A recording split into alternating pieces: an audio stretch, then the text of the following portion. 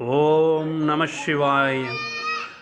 கும்பகோணம் அருகே கங்கை கொண்ட சோழபுரத்திற்கு சரியாக 3 கிலோமீட்டர் தொலைவில் உள்ள கொல்லாபுரம் ஆலயத்தை தான் நீங்கள் இப்போ பார்த்துட்ருக்கீங்க. கொல்லாபுரம் என்கிற ஒரு கிராமத்தில் அமைந்துள்ள ஒரு 1000 ஆண்டு பழமையான ஒரு சிவாலயம். ராஜராஜ சோழனின் பேரனின் காலத்தில் கட்டப்பட்ட ஒரு சிவாலயம். கடந்த ஒரு 50 வருடமாக இந்த கோயில் பராமரிப்பு இல்லாமல் ரொம்ப அப்படியே பாலடைஞ்சு போய் கிடந்தது. இந்த ஆலயத்தை ஒரு சிவனடியார் பார்த்து வருந்தி அவர் பெரிய பொருள் செலவு பண்ணி இந்த கோயிலை இப்போ மீட்டு இப்போ நீங்கள் பார்க்குற இந்த காட்சி நீங்கள் பார்த்துட்ருக்கீங்க இல்லையா. இந்த ஆலயத்தை இன்றைக்கி ரொம்ப சிறப்பாக கும்பாபிஷேகமும் நடத்தி இந்த கோயில் மீண்டும் வழிபாட்டுக்கு வந்திருக்கு. இந்த கோயிலை இன்றைக்கி வழிபாட்டுக்கு உரியதாக தினமும் பூஜை செய்துட்டுருக்கிற சிவாச்சாரியர் ராஜா சிவாச்சாரியர்கள் தான் பண்ணிகிட்ருக்காங்க. இங்கே என்னென்னா அவர் தனக்கு கிடைக்கிற பணத்தை வச்சு இந்த கோயிலுக்கு வேணுங்கிற சின்ன சின்ன பராமரிப்பு வேலைகளை செஞ்சுட்டு வராரு. இப்போ இந்த கோயிலுக்கு இன்னும் நிறைய வேலைகள் இருக்குது. மெயினாக இந்த நந்தியை சுற்றி தளம் போடணும். ஏன்னா அந்த இடம் பூரா முள் குத்திக்கிட்டு இருக்குது.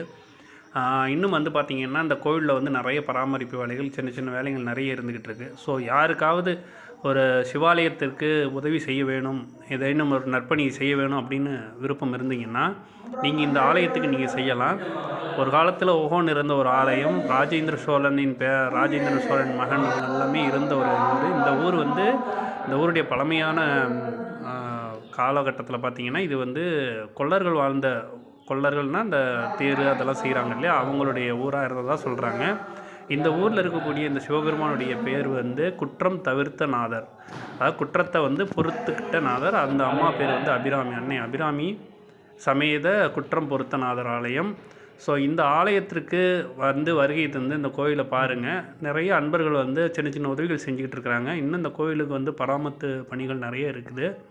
அதுக்கு உதவி செய்ய மனமுள்ளோர் கீழே நான் அந்த ராஜா சிவாச்சாரியார் அவர் தான் அந்த கோயில் பூசையை பார்த்துட்ருக்கிறாரு. அவருடைய காண்டாக்ட் நம்பர் தர்றேன்.